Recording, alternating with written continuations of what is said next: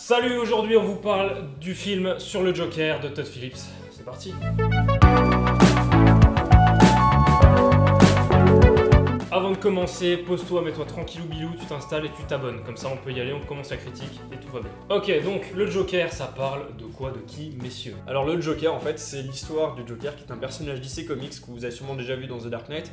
Et là du coup c'est sa genèse, c'est comment est-ce qu'il est devenu cet homme froid, sans âme, qui voilà, aime bien tuer les gens. choses pas bien. Qui est pas super sympa. On précise qu'on ne spoilera rien dans ce film, dans cette critique surtout, parce qu'il y a des choses à découvrir en salle. On vous le conseille directement, allez voir ce film. Au casting, on retrouve Joaquin Phoenix dans le rôle du Joker, de Arthur Fleck, rôle principal. Il sort une performance de dingue. Ouais, ça, c'était vraiment. Là, on peut le dire que contrairement à d'autres films, on dit ouais, ça passe. Là, il a une performance, là, il joue et il travaille. Il est le Joker. Et comme tu l'as dit juste avant, c'est Arthur Fleck et pas le Joker, puisque le Joker est pas vraiment présent dans ce film, puisque c'est le personnage qui devient. Et c'est vraiment, on se concentre sur Arthur Fleck qui est le personnage de base. Sans maquillage, l'homme avant le Joker. Je savais pas qu'il s'appelait Arthur Fleck. Bah alors c'est un nom inventé pour le film. Ah, c'est dans les pas comics, du tout... le Joker n'a pas de nom. D'accord. Il n'y a pas de vrai nom. Genre dans les films de Burton, ils l'ont appelé Jack. Mais ah ok, d'accord. Ouais. Dans les films de Nolan, il n'y a aucun nom. Ici, ils se sont dit on va l'appeler Arthur. Voilà, Arthur, qui est très beau. En parlant de l'acteur Joaquin Phoenix, il y a eu déjà pour ce rôle une transformation physique. Déjà. Ouais, parce que on le voyait dans d'autres films et même hors caméra. Tu vois qu'il est, voilà, il est musclé, il est normal.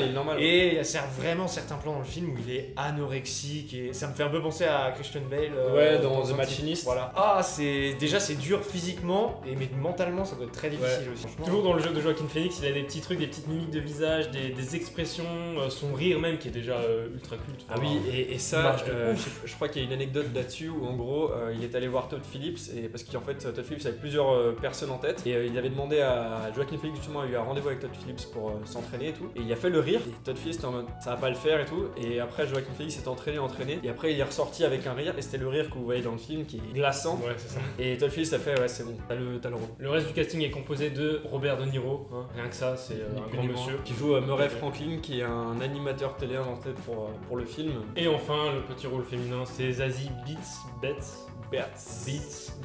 que vous avez déjà vu dans Deadpool 2. Voilà, Deadpool 2.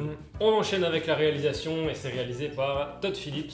On l'a dit avant. Ouais, on l'a déjà dit tout à l'heure. Qui avait réalisé la trilogie des Very Bad Trip, Dead Limit et plein de films du même style, un peu comédie, ce genre de choses. Comédie avec une espèce de c'est pas grand public, dose d'action, je sais pas comment dire. Et du voilà. coup, ouais, il était parfait, on peut le dire, pour réaliser ce film. Il avait toutes les cartes en main, il avait ce côté comédie, mais assez froide par moments, assez dramatique. Enfin, je trouve que perso, tu m'aurais dit que c'est le même réal que Very Bad Trip, genre j'aurais pas reconnu quoi. Le style de réalisation après, il a écrit aussi évolué, elle est différent, a changé. Enfin, je veux dire, là il y a un vrai style très joli, très propre. Et puis, ouais.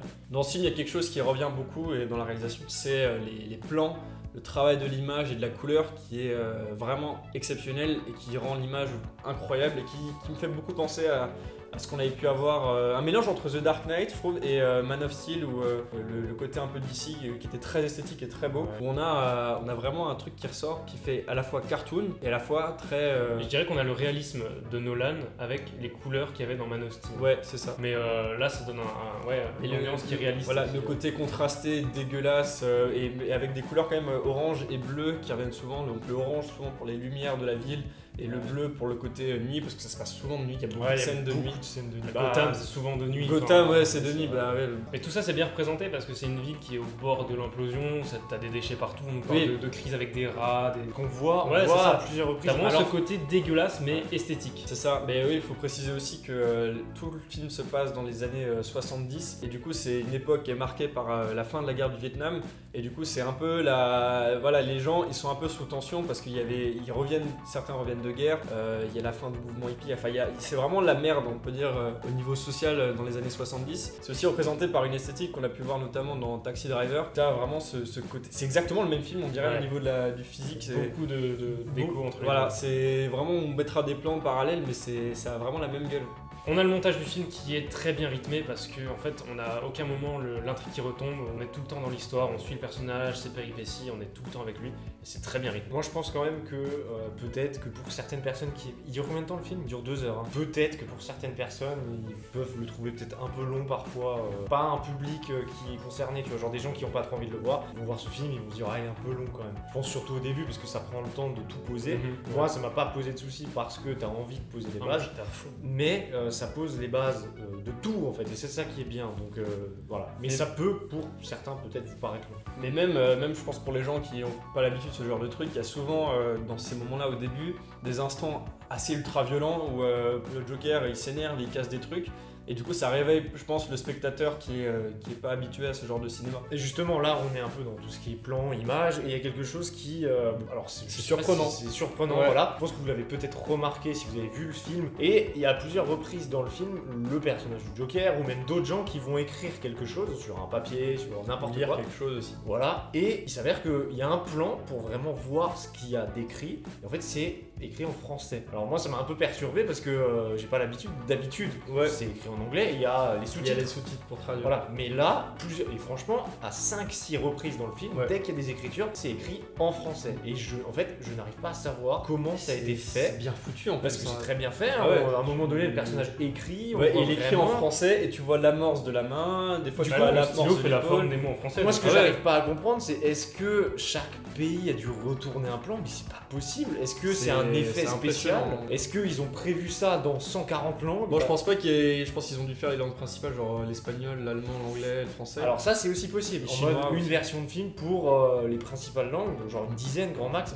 Mais moi perso, j'aurais laissé en anglais et tu traduis quoi. Parce que il y a certains, tu sais, à un moment donné, c'est con, mais il y a un panneau où il y a écrit Don't Smile. Alors je me dis, c'est bizarre parce que tout le long du film, on traduit tout, mais il y a de certains moments où on te les traduit pas. Celui-là en plus, il est facile à changer. Quoi. Ouais, celui-là c'est un panneau en effet spécial, tu le changes vite, tu vois. Là, parce que là, ils ont retourné des plans exprès. Quoi. Mais c'est dingue. Ouais, c'est bizarre. En fait, disons que je pense pas que ça apporte quelque chose de fou de les traduire.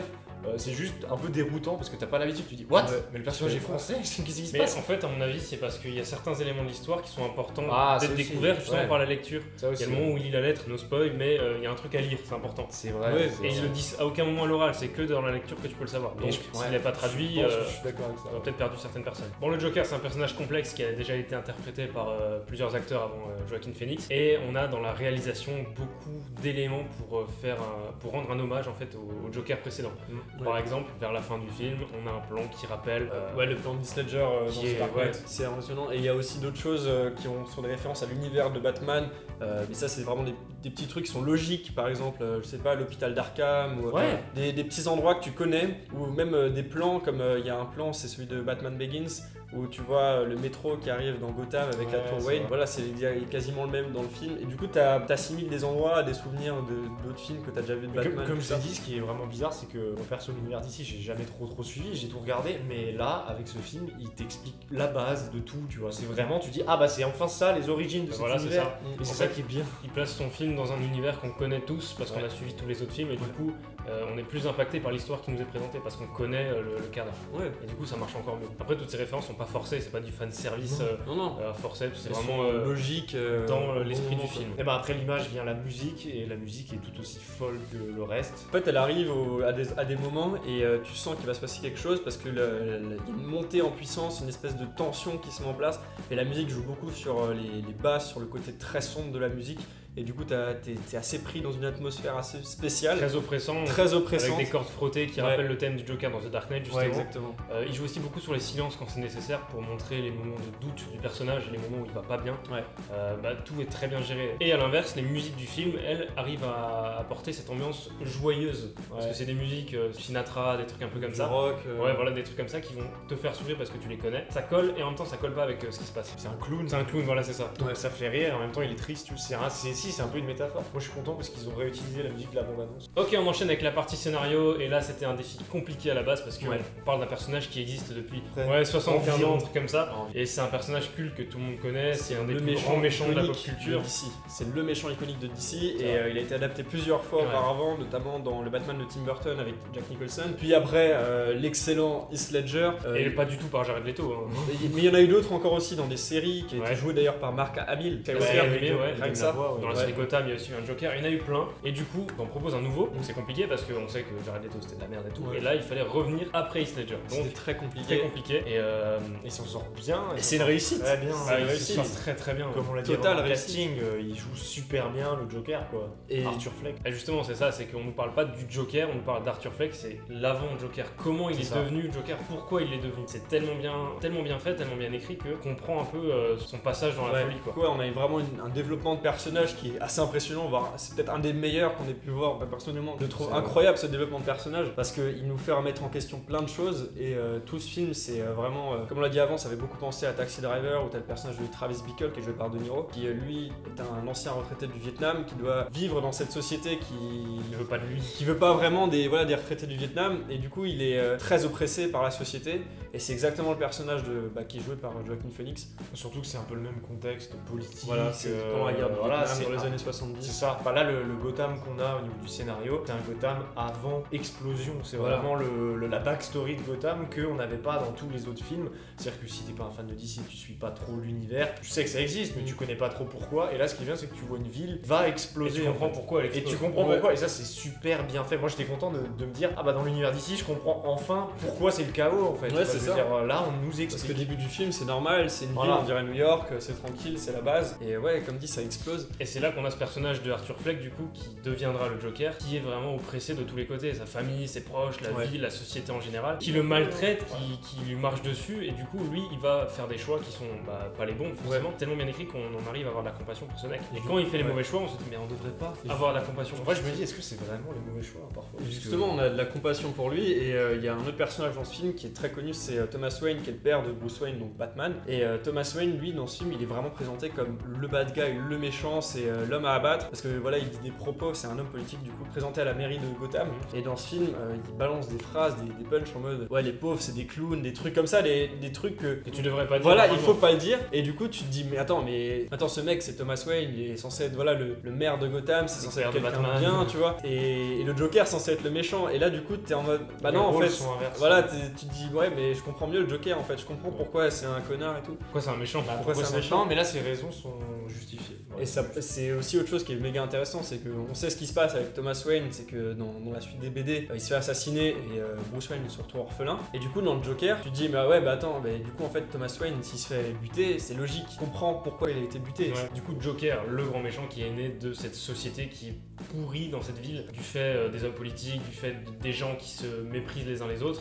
Ils sont dans la folie petit à petit au fil du film. Il y a des moments, ça va être très touchant. Ce personnage qui est triste, qui est seul, surtout au début du film, quand il vit avec sa mère, il y a des petites scènes assez émouvantes. On aura aussi des scènes de malaise. En fait, le personnage, c'est un vrai être humoriste. Il veut se lancer dans le stand-up. Et à plusieurs reprises, il essaye de faire des spectacles dans des cafés-théâtres et tout ça. Et c'est un peu gênant quoi. Ouais, c'est gênant. Et du coup, c'est intéressant ce que tu dis parce que Todd Phillips l'avait dit en interview, il s'est beaucoup inspiré de Martin Scorsese, la valse des pantins. C'est le même film, on dirait. Ouais, ils font des parallèles. Ouais, ils font vraiment beaucoup de parallèles, notamment sur le fait que le personnage, il a souvent des moments d'absence où il s'imagine cette vie idéale qu'il pourrait avoir, et puis après on revient sur sa vie de merde et on fait putain, c'est triste. Donc, du coup, tu parlais de l'imagination, et en plus dans le film, il y a 2-3 petits twists comme ça qui sont posés dans le film, des petits trucs qui font avancer le scénario, et je sais pas, mais c'est bien de les dévoiler au fur et à mesure du film, et pas genre à la fin où t'as tout qui arrive, ça aurait été un peu trop, tu vois. Ouais, c'est ça te remet dans le film à chaque fois. Là, à chaque fois, c'est en mode en fait, c'est ça, parce que tu vois, t'es un peu surpris tout le long du film, et ça, c'est un bon point, c'est original, ça change. On a dit c'est ultra bien écrit parce qu'on passe d'un moment de gêne à un moment d'euphorie, un moment un peu plus lyrique en gros quand le Joker se met à danser avec une musique un peu ça colle pas avec le personnage de base, mais là ça marche. Il y a des moments très métaphoriques tout le long du c'est poétique, tu l'as dit. Ouais, c'est ça. Il y a un autre truc qui montre qu'un scénario est bien écrit, c'est les setup payoff, les préparations de paiement. Je sais pas si là c'est vraiment le nom exact pour ce que je vais expliquer, mais en gros vous allez comprendre. C'est un peu ça marche. C'est en gros quand vous avez votre personnage, vous le présentez dans un contexte en faisant une action, en disant quelque chose de précis, il va échouer ou le faire d'une certaine façon, et plus tard dans le film le refaire d'une autre façon ou encore mieux. Là c'est illustré dans ce film par la montée des marches. Bref, il monte des marches pour rentrer chez lui, et au début il le fait très doucement, il monte, il galère, il est pas bien, il est triste, et vers la fin du film, quand justement il a cette ascension en tant que Joker, il se met à danser, il descend, il est habillé en couleur. Je vois vraiment qu'il y a une évolution dans le personnage. Ce qui est vachement intéressant avec les films comme ça, quand on a vraiment une bonne appréciation de l'œuvre, qu'on aime vraiment beaucoup, c'est que c'est un peu plus compliqué de la critiquer, tu vois. Là, c'est vraiment le cas où tu peux analyser l'histoire, mais difficilement la critiquer. C'est un avis personnel. Après. Il y a sûrement des défauts à ce film, mais du coup, on se concentre vraiment sur ce qui nous a plu. Après, il y a un truc qui est original dans ce film, c'est que Todd Phillips et ceux qui ont écrit ce scénario ont pris des libertés par rapport au support de base qui est les comics. Todd Phillips l'avait dit en interview avant la sortie du film, il a dit les fans purs de comics, vous allez me détester parce que le film ne respecte pas vraiment le comics à la lettre. Prend des libertés, mais c'est bien aussi. C'est une bonne chose. C'est ce qui est bien parce qu'une œuvre originale, elle est faite pour être adaptée. The Shining de Kubrick, c'est l'adaptation du bouquin de Stephen King, mais qui n'a rien à voir vraiment avec l'œuvre originale, et ça en a fait l'une des plus belles œuvres cinématographiques. Voilà, t'as une base, tu l'adaptes et t'en fais une nouvelle œuvre, et c'est ça qui marche. Et du coup, là, c'est ce qu'il fait dans le film. Par la vision de l'auteur. Voilà, c'est ça. Parce que s'il adaptait le film, enfin le comics à la lettre, ça serait juste le comics en film, ça n'a pas d'intérêt. Non, ça n'a pas d'intérêt. Maintenant, quelque chose qui a beaucoup été reproché par les détracteurs du film, c'est la violence dedans. Parce que ça, faut qu'on en parle. Il y a eu beaucoup de retours là-dessus, comme quoi le film était ultra violent. Et il y a des salles qui ont été interdites au moins de 12, il y a eu des flics dans des salles américaines. C'est dû aux événements qui avaient eu lieu à l'époque avec The Dark Knight Rises. Mais du coup, personnellement, je trouve ça un peu abusé. Quand on voit un film comme Rambo... Allez voir Rambo, vous voulez de la violence, allez voir Rambo. Ouais, voilà. Là, c'est vrai dans Rambo. Là c'est plus la violence psychologique. Évidemment qu'il y a des meurtres dans ce film, c'est normal. Je veux dire, il y a du sang un peu qui coule, mais je veux dire, tu regardes n'importe quel épisode de Walking Dead, c'est plus violent que ça. Mais oui, c'est des braques. Là, ça va. C'est une polémique pour rien, comme d'habitude. Et bon, ça fera la pub au film. Voilà, ça c'est l'avantage, c'est que voilà, il y a beaucoup de gens, je pense la majorité des gens qui sont en mode le film est violent, ok, ça veut dire que c'est bien. Et même c'est cohérent avec le personnage, je veux dire un Joker qui n'est pas violent, c'est quoi? Mais oui, c'est pas un Joker. Enfin bref, dans tous les cas, allez le voir et faites-vous votre propre avis parce que ce film est fou. S'il vous plaît, voyez-le. Bon, c'est tout ce qu'on pouvait dire sur le Joker. Voilà, sans vous spoiler, allez voir le film, il est génial. Qu'est-ce qu'il y a comme actualité avec là les. Waouh. Todd Phillips, il va réaliser le biopic sur Hulk Hogan avec Chris Hemsworth dans le rôle d'Hulk Hogan. Mais notamment aussi, il y a beaucoup de gens qui réclament une suite logiquement au Joker, vu que voilà, c'est un personnage qu'on voit pas souvent, on aimerait le voir plus souvent. Il veut que ce soit un stand-alone, il veut que le film brille de sa lumière. Par contre, on peut se demander si dans le Batman avec Pattinson, si il peut pas y avoir justement le Joker qui serait présent, voilà, qui ferait un coucou, qui serait là. Je dis pas de faire un Joker 2, mais je dis de faire un Batman où tu sois logique et que tu prennes le même acteur pour faire le Joker. S'il le traite de la même manière que The Dark Knight, tu vois, un truc où t'as vraiment cette dualité entre les deux personnages. Ça serait vraiment bien. Folle. Après, comme dit, ça serait bien, mais comme dit, pour le moment, il a dit non. Je sais. Et en même temps, c'est con ce que je veux dire, mais Joaquin Phoenix, je l'aime beaucoup et j'ai pas trop envie qu'il ruine sa carrière. Oui. Enfin, qu'il ruine sa carrière, qui reste, tu vois, comme cantonné dans un seul rôle. Comme l'a fait Downey Jr. Ouais, mais je pensais aussi, je sais pas, Christian Bale par exemple. Bah justement, Joaquin Phoenix, qu'est-ce qu'il a comme projet justement? Il va jouer dans le prochain film de Casey Affleck, Far Bright Star. Et De Niro, on le retrouve dans les 2 prochains films de Scorsese. Alors, il y en aura d'autres, mais The Irishman surtout qui sort bientôt. On a vraiment hâte de le voir, ça va durer quoi? Petite critique. Plus de 3 heures le film. Dites-nous ce que vous avez pensé du film dans les commentaires et dans le petit sondage en haut à gauche. Et si jamais vous avez 30 minutes à tuer, Freestyle est sorti, donc allez le voir, c'est notre court-métrage, je vous en parle depuis très longtemps sur la chaîne. Allez-y, hein, c'est cadeau, c'est gratuit, ça fera plaisir. En tout cas, nous on se retrouve pour de nouvelles aventures. Ciao. Ciao.